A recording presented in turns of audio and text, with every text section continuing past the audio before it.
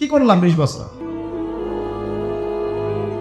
কি করলাম 20 বছরে? আমি প্রত্যেকটা দিন খেয়ে না খেয়ে স্কুলে গিয়েছি, কলেজে গিয়েছি, ভার্সিটিতে গিয়েছি, মেসে থেকেছি, বাবার জমি বিক্রি করে বাবা পড়িয়েছে। তা আমার পড়াশোনার ভিশনটা কি? একটা জব, একটা চাকরি। এটা তো দুনিয়াবি শিক্ষার কথা গেল। দিনী ইলমের জ্ঞানও যদি কেউ দুনিয়ার উদ্দেশ্যে শেখে জাহান্নামে যাবে। নাউজুবিল্লাহ। যে আমি যদি এই উদ্দেশ্যে জ্ঞান চর্চা করি যে আমি দাওরা হাদিস পরীক্ষা দিব বা দিচ্ছি, উদ্দেশ্য কি? মানুষ আমাকে আলেম বলবে, মানুষ আমাকে বড় ফকিহ বলবে, ইফতা দিয়েছে মাশাআল্লাহ। এই উদ্দেশ্যে যদি জ্ঞান অর্জন করা শুরু করি জাহান্নামে যেতে হবে, নাউজুবিল্লাহ। তাহলে দুনিয়ার জ্ঞান যে উদ্দেশ্যে আপনি অর্জন করছেন, অনলি একটা চাকরি, এখানে তো আল্লাহ নাই, আল্লাহর কনসেপ্টই নাই। আল্লাহর সন্তুষ্টি তো বহু দূরের কথা। আমি বলছি না যে এই জ্ঞান আপনি অর্জন করবেন না, কিন্তু ইসলামী শিক্ষা বাদ দিয়ে নয়। এখন এই শিক্ষাকে সমন্বয় করবে কে? এখন কেন এগুলো কথা বলতে হচ্ছে? এগুলো তো সমন্বয় 50 বছর আগেই করা উচিত ছিল। 10 জন সাহাবীর নাম বলতে পারবে না। তাদেরকে জানাতে হয় সালাউদ্দিন আইয়ুবী রাহিমাহুল্লাহ একজন বীর ছিলেন।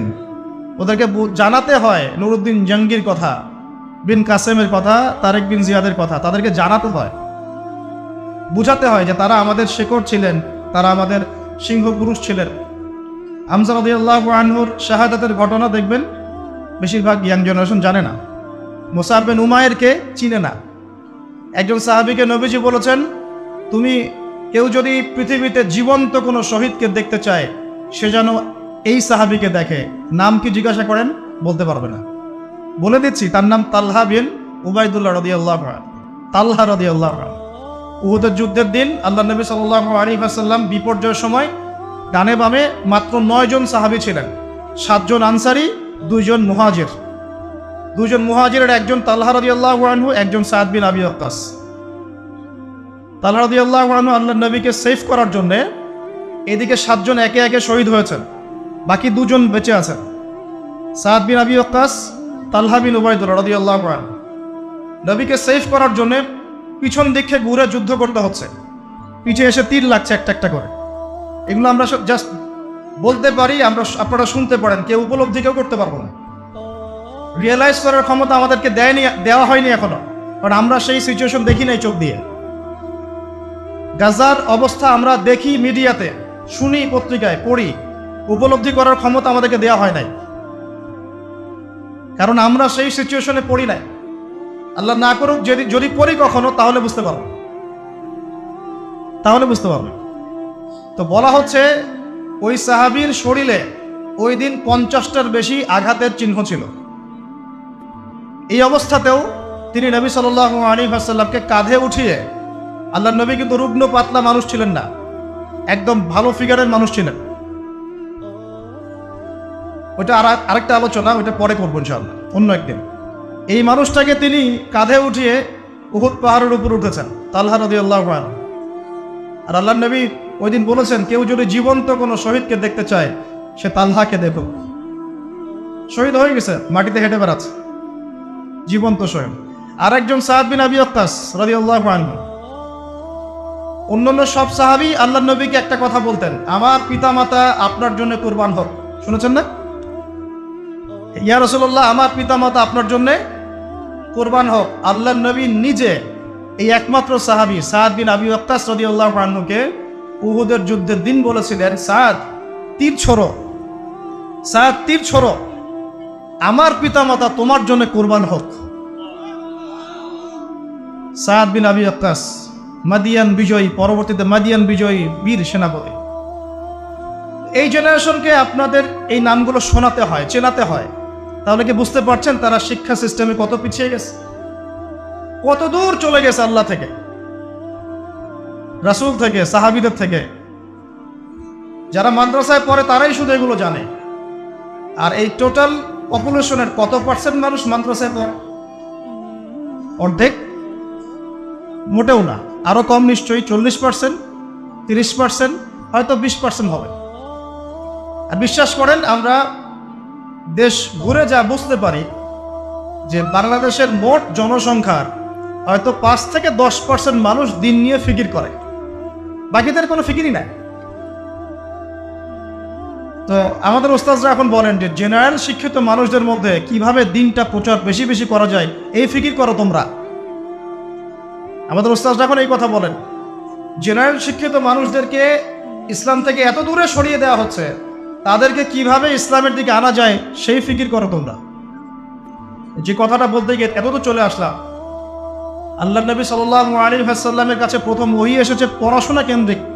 অতএব আমাদের সবার আজকের প্রথম লেসন নসিহত হচ্ছে, শিক্ষাটা হচ্ছে, দিনের যদি বিজয়ে আপনি চান, নিজের যদি ইহকালীন কল্যাণ চান, পরকালীন মুক্তি চান, বা আমরা চাই, তাহলে লেখাপড়া করার কোনো বিকল্প নাই। একদিনের ওয়াজ শুনে বাসায় চলে যাবেন, কোনো ফায়দা নাই। আপনাদেরকে ওলামায়ে কেরামের কাছে এসে পড়াশোনা করতে হবে, এটা সিলেবাস করে নিতে হবে।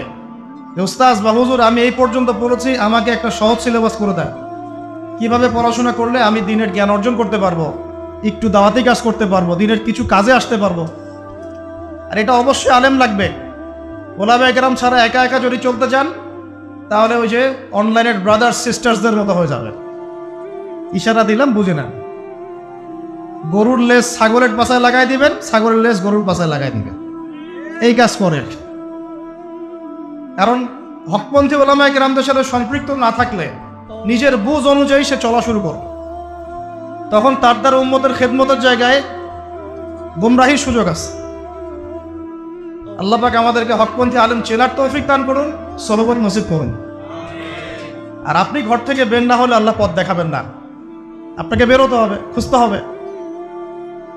এক ভাই বলছে রংপুরের একটা মাহফিলের যে রংপুরে তো আমি কোনো এরকম রিনাউন্ড কোনো আলেমকে পাচ্ছি না, কি করব? বললাম সারা দেশ খোঁজো, ঘুরো, দেশের যেখানে পাবো সেখানে যেতে হবে। প্রয়োজনে সে আলেমের সাথে সম্পৃক্ত রাখার জন্য তোমাকে ওইখানেই পড়াশোনা করতে হবে, আশপাশে চাকরি বাকরির ব্যবস্থা করতে হবে। এই ফিকির তো আমার, তারও না আমার, গন্তব্য আমার। এটা কি আসমান থেকে মান্না সালোয়ার মতো পড়বে?